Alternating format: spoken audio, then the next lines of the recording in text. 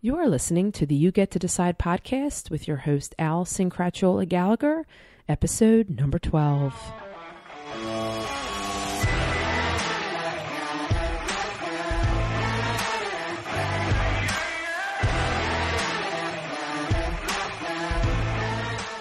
Welcome to the You Get to Decide podcast.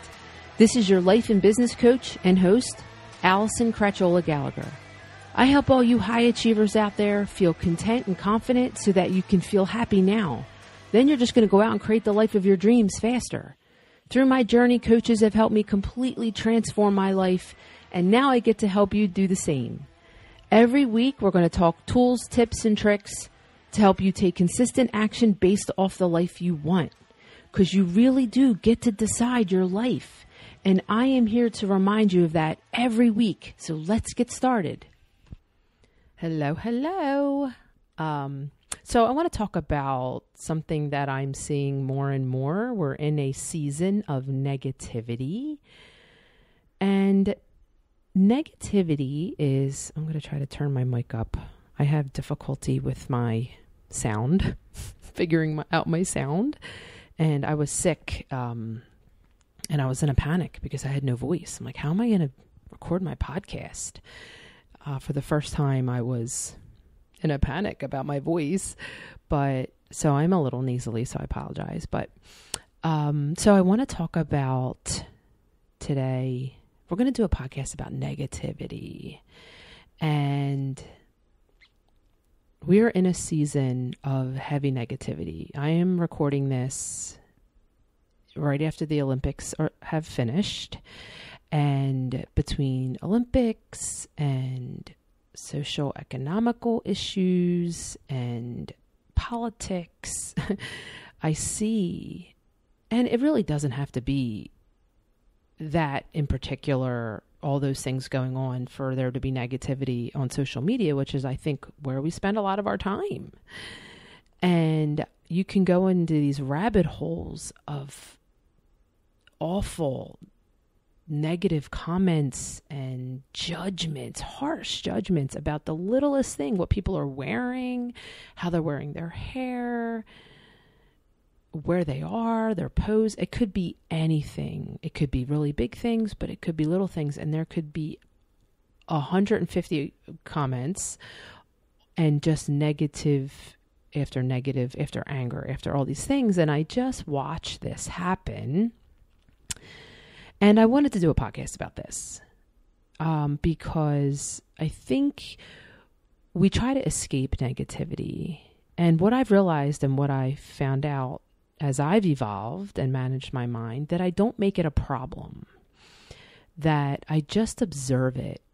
I don't make it mean anything about me or that I have to be or do anything. I'm just very much watch it occur, and I don't make negativity a problem. Now, I'm human, and my brain likes to offer me all kinds of things about what goes on in the world, what goes on in my life. So I'm going to elaborate on that. But I did find myself not making negativity a problem, which is why I wanted to do a podcast about that. And because negativity is a part of life. We're never going to escape the negative side of life. As we put ourselves out into the world, I was just talking about this in a meeting, but if we choose to leave the house, we're taking a risk.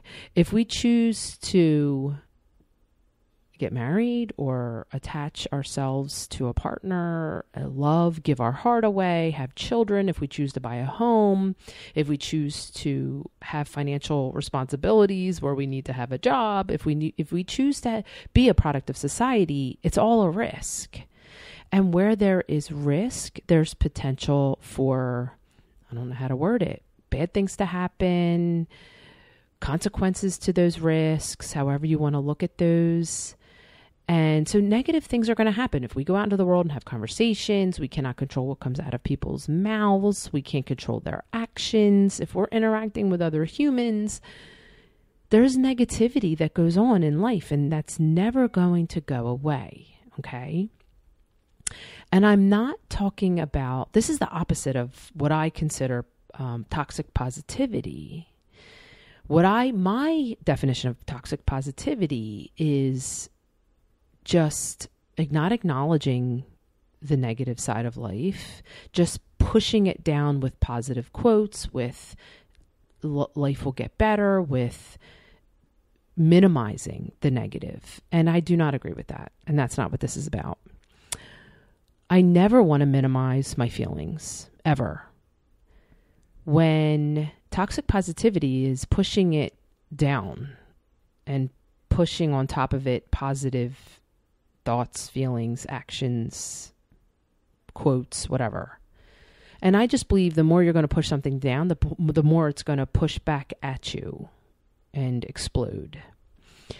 So there's no toxic positivity happening here. I am very much allowing the negativity. Very different. Negativity is a part of life. I'm going to assume it's going to happen in some way, shape, or form. You don't have to make it mean anything other than this is what's happening in the world. And when I engage in it and when I make it a problem, then I have to go out and fix it. And that's not what I want to do. I just want to allow people to be who they are. And I get to decide how I want to show up in the world. I'm not going to try to change anybody's mind. I'm going to live my life in the way that I have integrity and inspiration and how that looks for me. And I've heard some coaches say that life is 50-50, that we're 50% net positive, 50% negative. That goes on in our life. I do not want to believe that. And so I choose to believe. Other people have said 80% good, 20% not so good. That's my belief. 20% is going to go wrong. We get to make that 20% mean whatever we want it to mean. But I'm going to warn you, and I've said this before, that our brain loves to catastrophize. Our brain is wired to look at and scan the room for what could kill us. So it's looking for the negative. It's looking for what's going to hurt us. It thinks it's keeping us safe.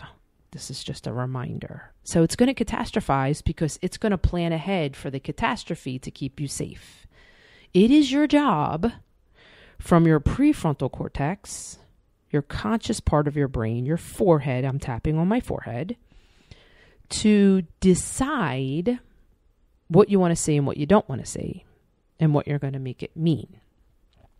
So you can allow yourself to see the negativity, but not make it mean it's going to harm you more than it can, right? So we acknowledge the negative. We don't have to catastrophize. Our brain, the more we catastrophize and sit in the negativity, the more we're going to create negativity, the more we're going to see it, the more we're going to feel it, right? Negative feels very different on our body than the positive. And so if we're walking around feeling like shit, we're just going to bring on more negative. So I want to offer a few things. Just because our brain is trying to catastrophize doesn't mean anything has gone wrong. It still means we have choices.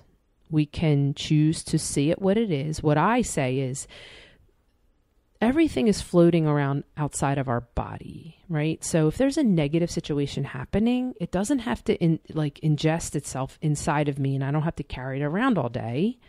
I can just observe it. It's there. It's outside of me. I can allow it to be in my space. And when you allow something, you're giving permission. So you are taking on the power, okay? Allowing is very different energy than feeling you're powerless. When I allow it, I allow how much power I'm allotting to it. And it's less energy overall, right? So that negative situation is in my space. But when you can look at it outside of yourself, you can see it from a lot of different sides, right? So you're not in it, right? You're observing it. It's like an aerial view. And then you can start to look at problem solving differently. Or you can look at it like it's not a part of me. It's there. So I can walk away. I can observe it, can allow it to be there, analyze it, and then I can go in this direction, especially with social media, right? We can literally just shut that down. But if we're constantly talking about negative things that are going on, sitting in them, thinking about them, if we're talking about them everywhere we go, if we're allowing it to consume us, which I think a lot of people do, because social media is in our face 24 hours a day, the media is negative bias, okay? It can consume us. I mean, I've gone down that road. But I'm telling you, this is the podcast to remind you that you have options in how you process negativity, okay? That it's a part of life. It doesn't mean that it has to be a problem. It's just a thing that goes on as a part of our life, okay? Our brain's going to catastrophize. We don't have to make that mean anything. We don't have to sign up for the catastrophizing. And we can decide what everything means. Okay?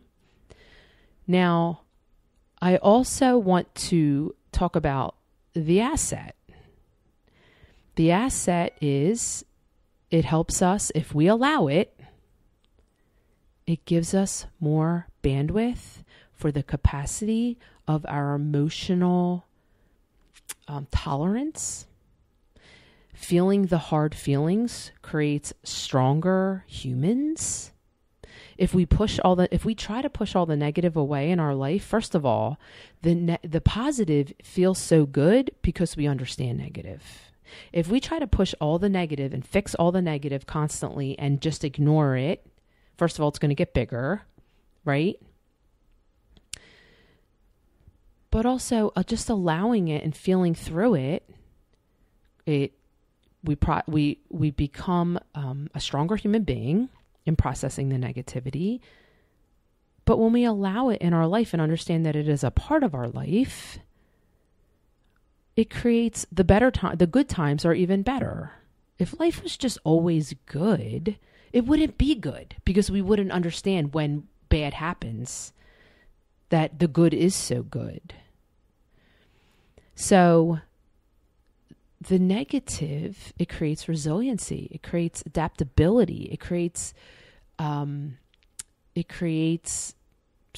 toughness. I mean, I want my daughter to be disappointed. I want her to see the negative in life. I want her to understand what could happen, the negative things that could go on in life, right? Because that does create a gratitude, and I'll go into that as well.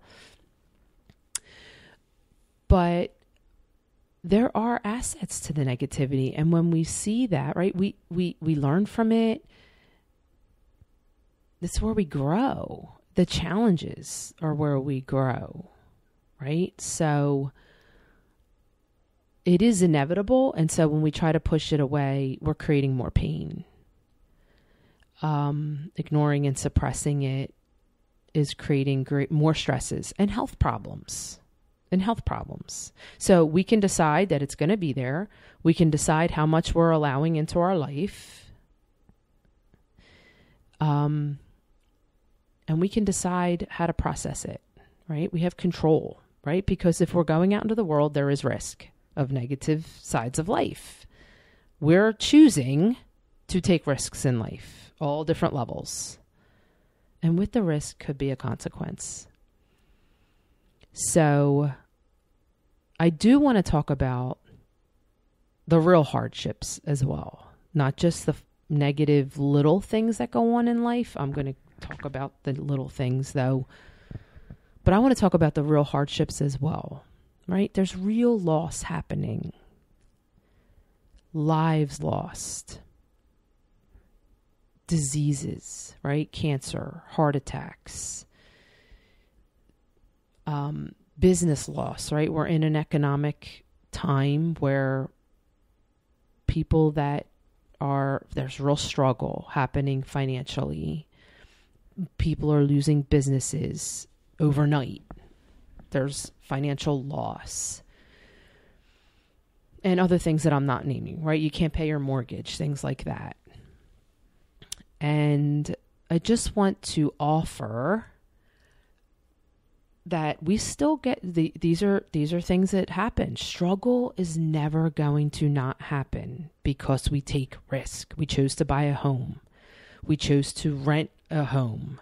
We chose to have children. We chose to give our heart away. We chose to get into a car and drive. We chose to there's risk in everything we do, and there could be a consequence, right? And struggle is always going to be a part of life. And I'm speaking struggle is a deeper negative impact at this point now, right? Real pain. And what I want to offer is a few ways to look at it, to process the struggle. Because it's never, like I said, it's never going to go away. The struggles just evolve. They just change. And I want to offer that you can look at the struggle that's going on in your life, whatever pain might be happening in your life, loss of parents, loss of a business. You know, you thought your life was going to look one way and now it looks very different.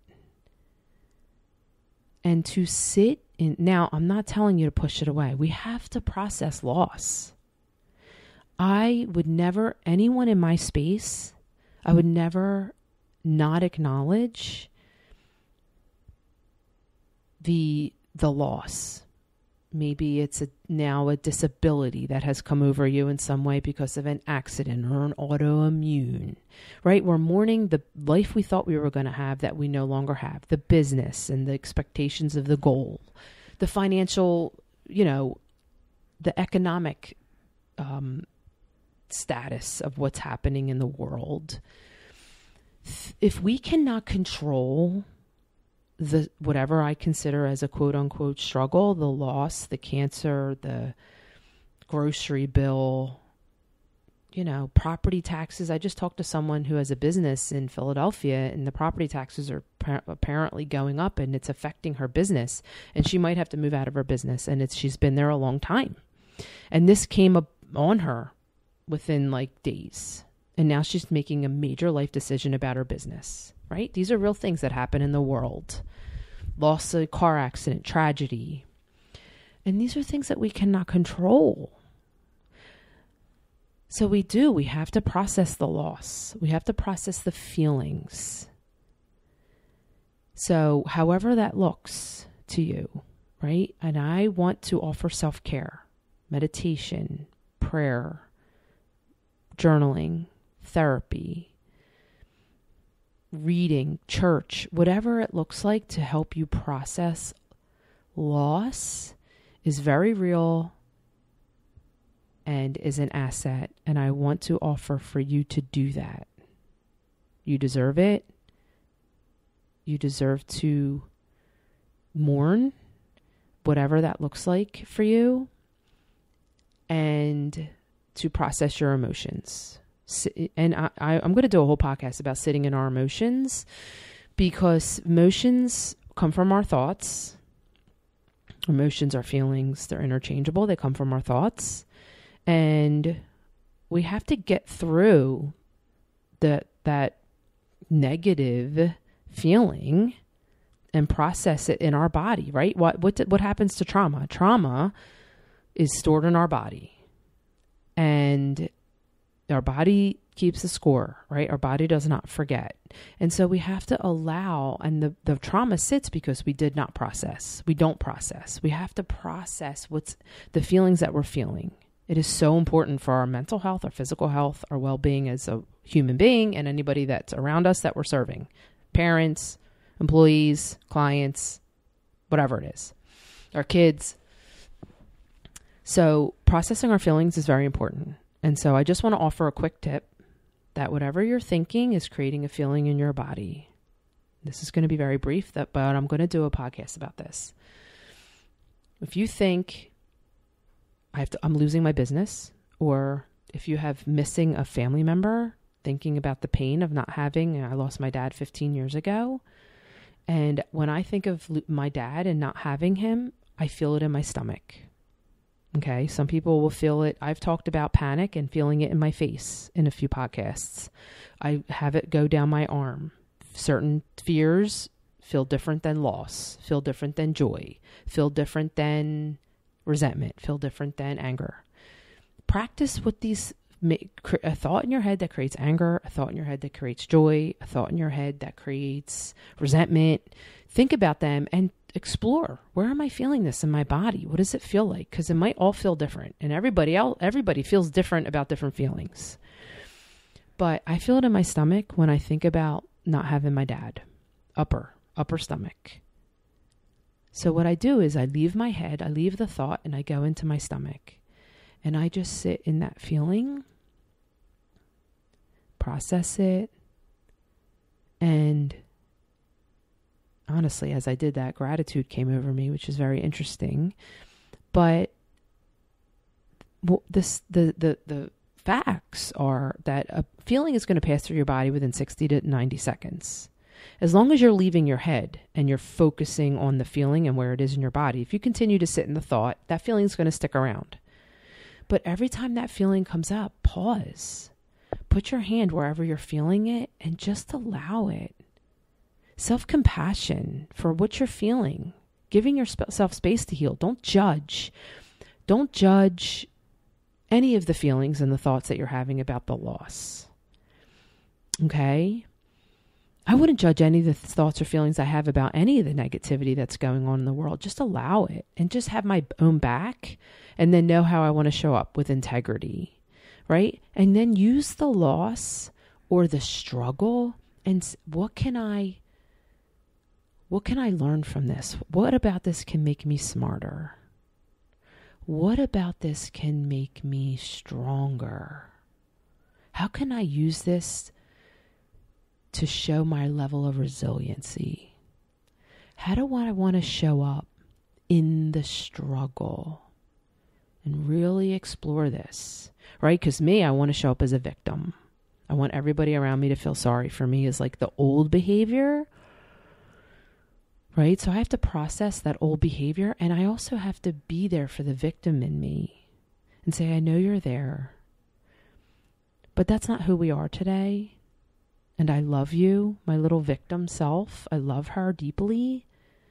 And that's not how we're stronger than that today. We can take accountability for how we behave, regardless of the struggle that I'm in. I know how I want to show up. And who's my future self? And who is she on the other side of this struggle?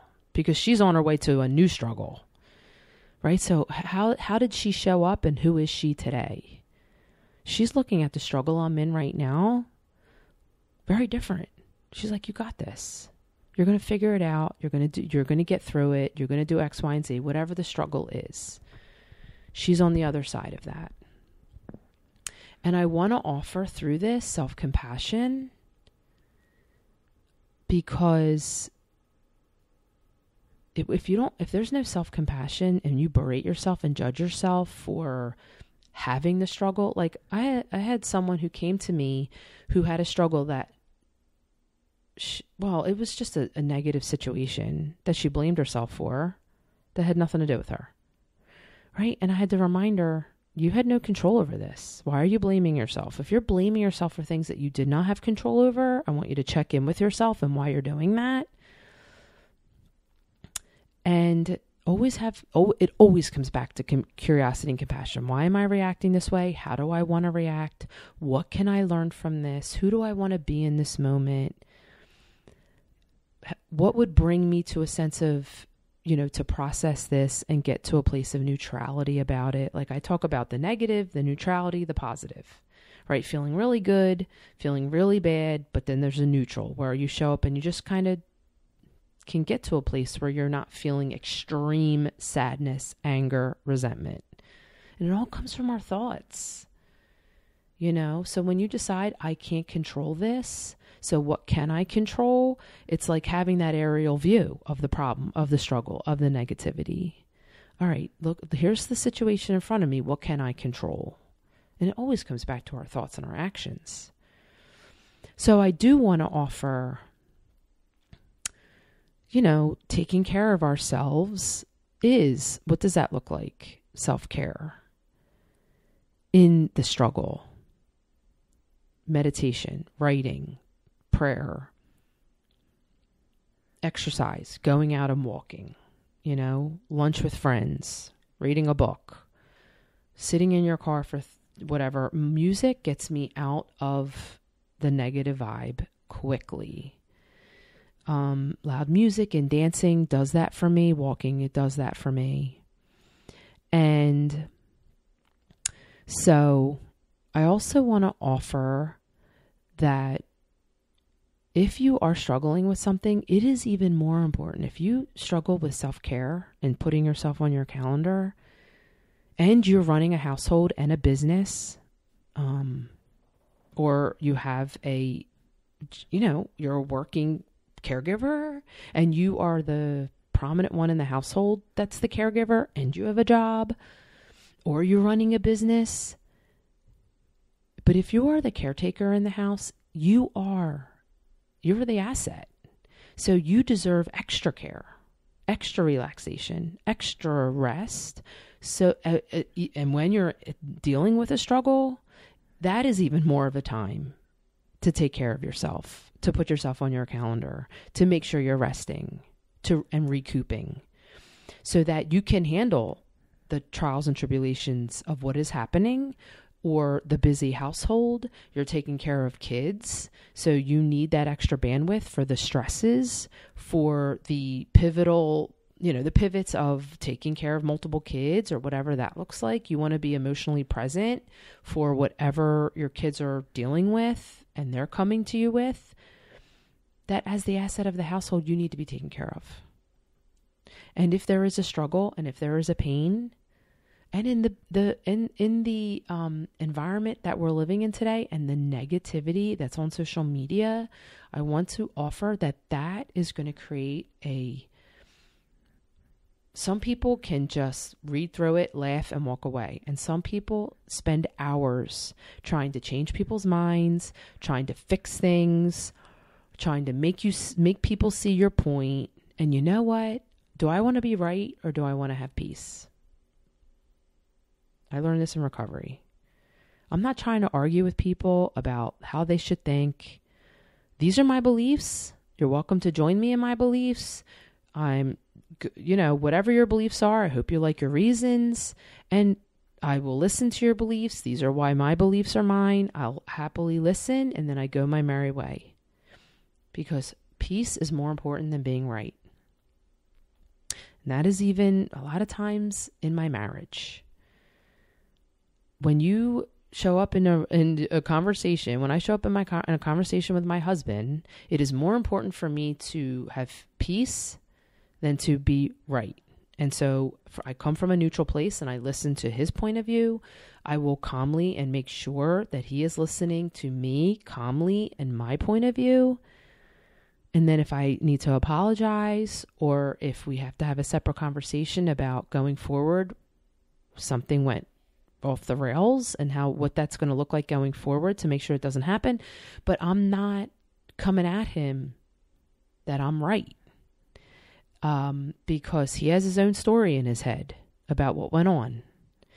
So I'm not trying to put myself out there in the world and make everybody see my point of view.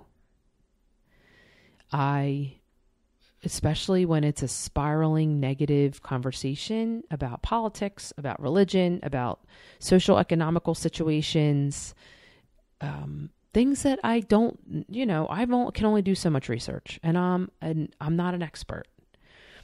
So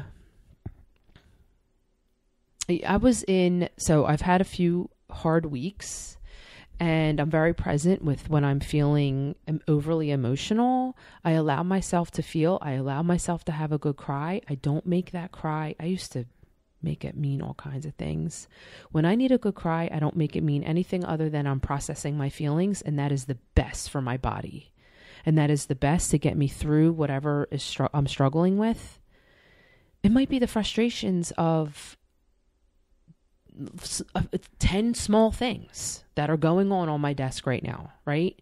And I process it. I give out the good cry, because I only make it mean that I'm processing my feelings, that my body needs to cry. I need to let it out. I need to release it so that I can move on and get past it. Right. Because I have a lot of other things going on that need me. Right. I'm a mom. I'm a business owner. I got clients. I have a spouse. I'm a product of society.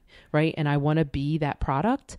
And so I want to release how I'm feeling as best I can, and then keep moving, right? So have a good cry. But I've had a few hard weeks, and then I ended up in the ER at 3 a.m. for an ear infection. Very, very terrible, like leaking out of the ear, all the things. And I was in so much pain that I couldn't even breathe. I could hardly talk. And I ended up driving myself to the ER, and my husband is texting me, "Are you okay?" And he sees the ebbs and flows of being an entrepreneur, being a business owner, and the things that go on that are hard, right? Though I've chosen it. And then I end up sick. I couldn't talk for a few days, whatever. It's part of life, right? And my husband felt so bad. And I just thought, I'm good. I'm good. Nothing has gone wrong, because I have all these struggles on my desk. We are living I want to live a full human experience. So I put myself out there. Like I said, that's a risk. But I am living a full human experience. I have problems on my desk because I'm living a full life, because I am taking those risks. I have a beautiful, wonderful body that hardly ever gets sick.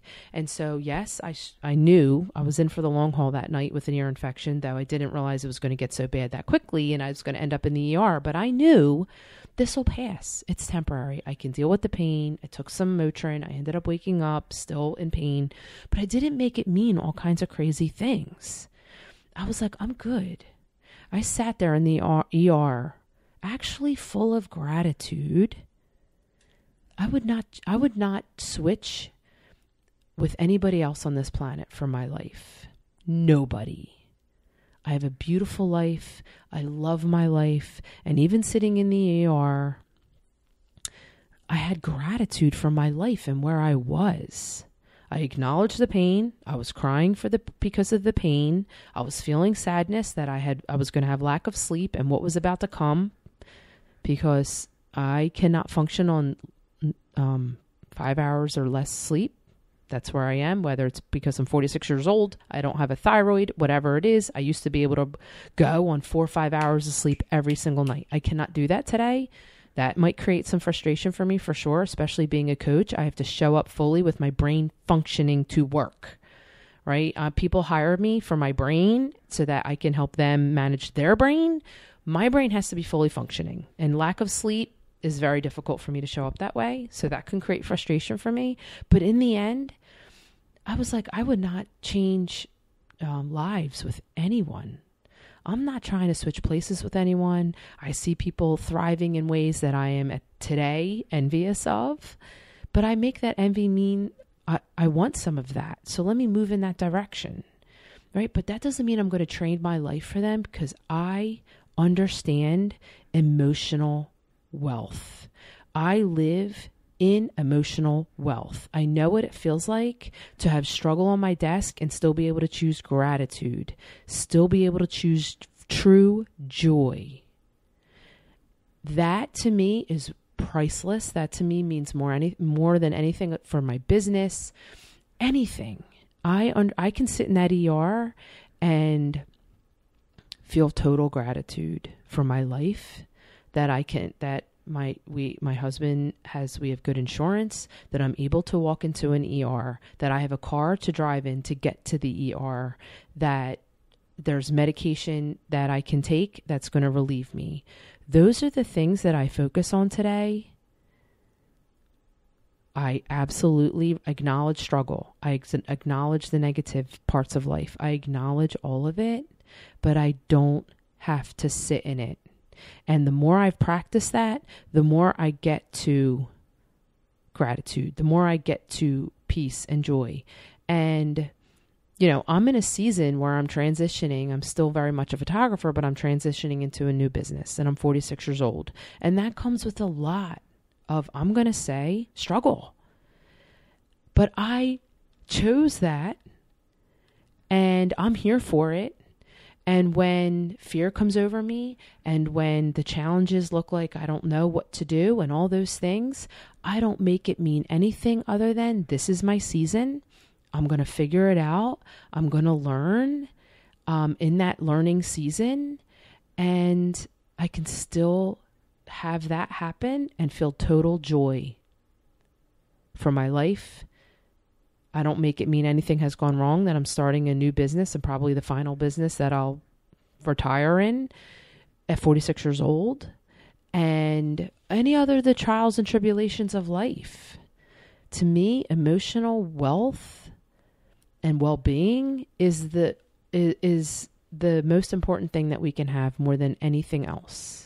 And know that I'm going to be okay regardless of the ear infection, regardless of the struggles of business, regardless of when I have a conversation with my husband that goes south, right? And that's managing your mind. And so that's what I want to offer you if you're spiraling in negativity, because we have a negative biased brain. It's so easy to be derailed with negativity and think that that's whatever our brain's offering us is fact. But I always want to challenge you that you get to decide. If you don't want to feel like shit and wallow in the negativity, and if you don't want to just look around and see all the negativity all day, well, then choose again. Choose again and start with a gratitude list.